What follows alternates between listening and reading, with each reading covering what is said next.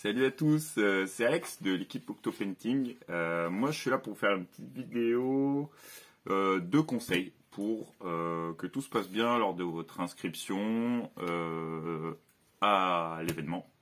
Le concours de peinture, tout ça, mais c'est surtout pour la sécurité de vos figurines. Parce que pendant l'événement, il y aura quand même un peu de manipulation, tout ça. Donc moi, je suis là pour vous donner quelques petits conseils pour que tout se passe bien. Donc le premier point que je vais aborder, bien sûr, c'est le transport. Faites attention au transport de vos figues. Je vois tous les ans des gens qui arrivent avec des super figues, avec un beau travail de peinture, mais bon, transportées dans un petit carton avec du PQ ou du sopalin. Voilà, faut pas vous plaindre les gars si ça arrive cassé et que du coup, voilà, on fait des réparations en express avant de s'enregistrer. Donc attention au transport. Vous passez du temps sur vos pièces les gars, essayez de faire en sorte que ça arrive entier. Et ça vous évitera un stress de réparation. C'est généralement des réparations qui sont pas très bien faites, un peu à l'arrache. Donc voilà, faites attention déjà au transport. La deuxième truc aussi, c'est finalement, c'est lié, c'est la solidité de vos pièces. La solidité de vos pièces, souvent, le problème le plus fréquent qu'on a, c'est soit une pièce qui se détache parce qu'elle est collée ou pas renforcée, mais souvent, en fait, c'est carrément la figurine qui se détache du socle. Alors ça, la figurine qui se détache du socle, il n'y a pas 36 solutions, il faut tiger vos figurines, si possible dans le socle, soit garder la barrette, mais faire en sorte que on ne colle pas une figurine directement sur la texture, on essaye de mettre au moins des renforts, notamment particulièrement pour les figurines lourdes en résine pleine ou en métal. Ça évite que quand un juge va prendre la pièce comme ça et la basculer, s'il y a trop d'efforts et que la pièce se décolle, vous comprenez que derrière, la pièce elle s'éclate. Surtout si c'est du métal, là, nous on ne pourra rien faire. Donc faites attention à la solidité de vos pièces. Il faut que vos pièces elles tiennent. On met tout le temps quelque chose d'assez solide. Voilà, il faut pas qu'on ait quelque chose de précaire au niveau de l'installation. À chaque fois, moi sur mes pièces, on a une tige régulièrement, tout le temps, qui vient dans la pièce et qui vient dans la base de bois. Il y a des fois où, on présente nos figurines un peu comme ça. Donc là, sur des socles, ou même sur des petites bases, j'en viens après, sur les bases. Dans ce cas-là, assurez-vous de, si vous collez à la pâte à fixe ou ça ou quoi, que ça soit quand même quelque chose de costaud. Il y a des pâtes à fixe qui tiennent pas bien. Faites en sorte que vos figurines tiennent, qu'elles ne viennent pas béner ou se lâcher du support quand on va manipuler. Je pense notamment aussi aux escouades, des fois, qui ont un support ou un truc comme ça. J'aime bien, pâte à fixer au moins vos trucs au fond. Faites en sorte que tout tienne d'un bloc. Parce que les manipulations et un faux pas peut arriver et du coup une figurine cassée, c'est toujours un peu embêtant. Donc attention à la solidité, faites attention à vos post-réparations et à vos préparations de vos figurines. Souvent on a des figurines à juger qui sortent d'un placard et c'est trop dommage, pleines de poussière. Donc préparez vos figurines, faites attention aux petites réparations que vous avez apportées en amont. Donc prenez le temps de le faire correctement, d'éviter les traces de colle, parce que du coup vous pouvez être pénalisé selon votre catégorie. Plus vous allez monter dans votre catégorie, plus vous allez être pénalisé sur la mise en œuvre, mais aussi finalement la propreté de la pièce. Si on vient juger à une figurine qui est pleine de toiles d'araignée, déjà on ne voit pas vraiment le travail et puis votre figurine n'est pas mise en valeur. Vous êtes là pour montrer votre travail, essayez de le faire correctement, époustez vos figurines et présentez-les correctement. Et on en vient aussi à un autre point. Alors un autre point qu'on a relevé cette année avec l'équipe du Locto, c'est la base bois. Alors la base bois, c'est déjà quelque chose qui va mettre globalement un peu votre figurine en valeur. On n'oblige pas la base bois, mais on l'encourage. Pourquoi? Pour deux choses. Déjà, votre figurine, elle va être un peu mise en hauteur, mise en valeur. Et de deux, ça va beaucoup servir aussi à la manipulation. C'est-à-dire qu'avec une base bois, on va prendre la base bois et on ne va pas avoir à mettre nos mains sur la figurine pour la maintenir parce qu'on a peur qu'elle tombe ou quoi. Là on prend la base bois, si tout tient bien, normalement il n'y a pas de souci. Pour la manip c'est bien, on ne met pas nos doigts. Normalement, on a les doigts propres en tant que juge. On ne met pas nos doigts sales sur la figurine. Et au niveau des manips, déjà, ça facilite grandement les choses. En plus, ça leste généralement la figurine qui lui fait un bon support, ça sert à une deuxième chose. C'est que pendant le concours, vous allez avoir des petites gommettes comme ça avec votre numéro de participant.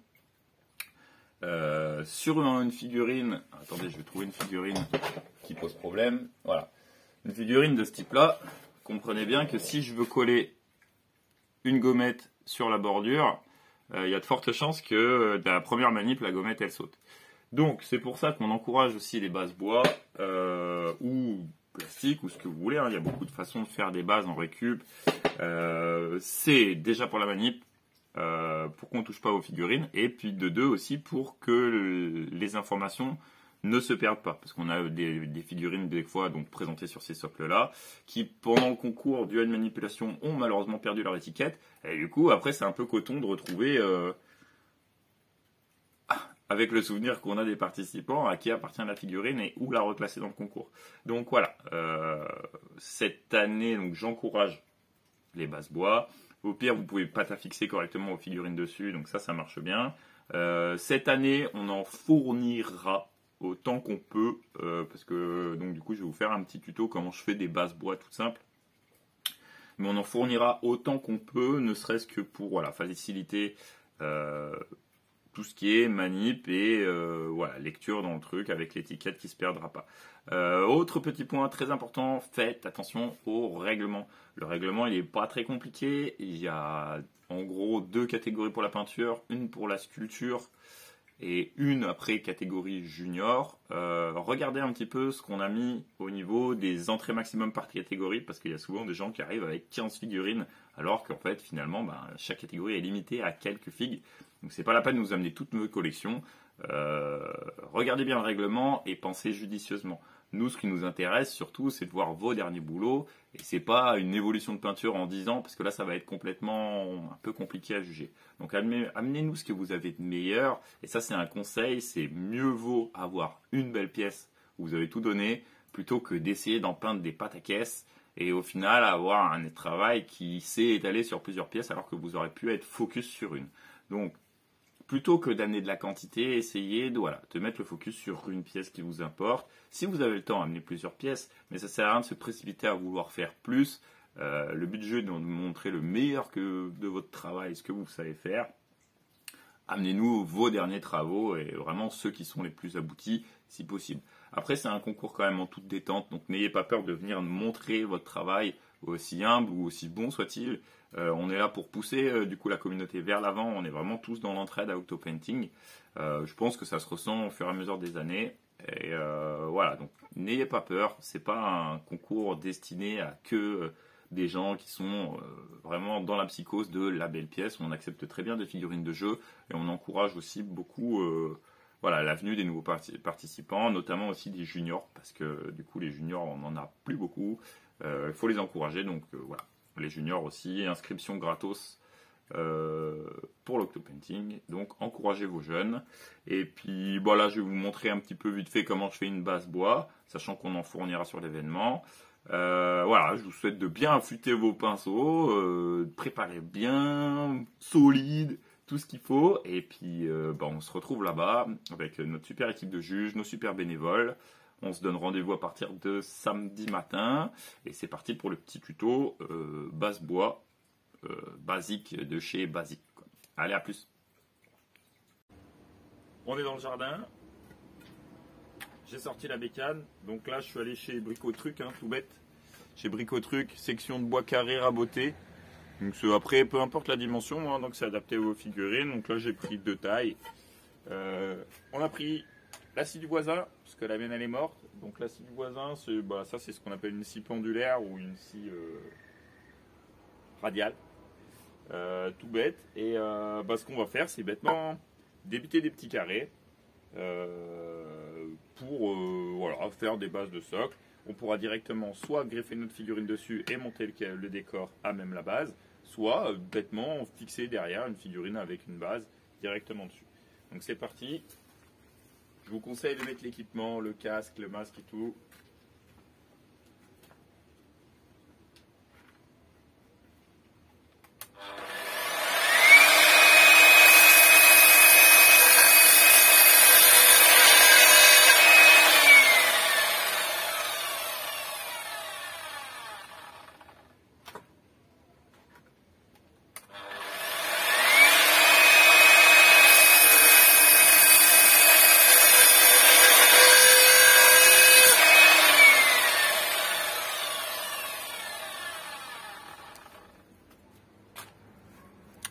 Et voilà. Donc on a 2 petites bases carrées. Après, tout ce qu'on fait, enfin tout ce que je fais, c'est les poncer sur chaque face, dessus, dessous. Pour les poncer, vous mettez le papier sur une table directement et vous poncez tout le temps dans le même sens. Si vous faites des allers-retours, votre socle il va s'arrondir et vous n'aurez jamais quelque chose de droit. Donc tout le temps dans le même sens. Après, c'est simple, c'est 1 ou 2 couches de sous-couche noire, un petit coup de papier de verre entre les deux. Vous avez un socle qui tient très bien la route. Et ça, voilà, ça vous coûte un coup de scie du voisin, un bout de bois chez Casto. Voilà, je sais que je vais faire à peu près une cinquantaine de socles ou soixantaine de socles. Ça va me coûter 30 euros. Voilà, donc ça fait très bien l'affaire. Il y en a qui préfèrent acheter des bases, il y en a qui n'ont pas forcément le budget. Moi personnellement, je trouve que c'est les meilleures bases de la terre. C'est vraiment pas cher, ça fait du bon boulot. Voilà, moi je conseille le socle en bois. Allez, faites-nous des belles figues et je vous donne rendez-vous samedi, dimanche à l'Octo. Allez, salut!